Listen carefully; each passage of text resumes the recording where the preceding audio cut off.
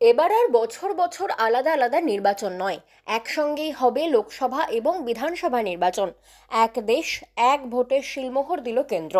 প্রাক্তন রাষ্ট্রপতি রামনাথ কোবিন্দের নেতৃত্বাধীন কমিটির প্রস্তাবে সায় দিল কেন্দ্রীয় মন্ত্রিসভা। সূত্রের খবর, সংসদের আগামী অধিবেশনে সেই প্রস্তাব পেশ করা হতে পারে। বুধবার কেন্দ্রীয় মন্ত্রিসভা এক দেশ এক নির্বাচনের প্রস্তাব গ্রহণ করেছে।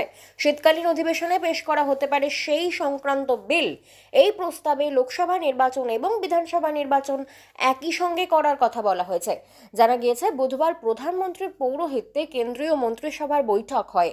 সে বৈঠকে এক দেশ এক নির্বাচন নিয়ে সবুজ সংকেত দেওয়া হয়। সারা দেশে একই সঙ্গে লোকসভা নির্বাচন এবং প্রতিটি রাজ্যে বিধানসভা নির্বাচন করার সুপারিশ করা হয়েছে। আর সেই নির্বাচনের 100 দিনের মধ্যে পুরসভা পঞ্চায়েতের ভোট করারও উল্লেখ রয়েছে। 2014 সালে প্রথমবার ক্ষমতায় আসার পর এক দেশ এক নির্বাচনের পক্ষে সওয়াল করেছিলেন প্রধানমন্ত্রী নরেন্দ্র মোদী। গত মাসে লালকেল্লা থেকে স্বাধীনতা দিবসের ভাষণেও ওনার মুখে শোনা গিয়েছিল একই কথা। উনি জানিয়েছিলেন, প্রতি বছরই দেশে কোনো না কোনো নির্বাচন হয় যা দেশের অগ্রগতির পক্ষে বাধা হয়ে দাঁড়ায়। তবে কি তৃতীয় মোদী সরকারের আমলেই কার্যকর হবে এই প্রক্রিয়া?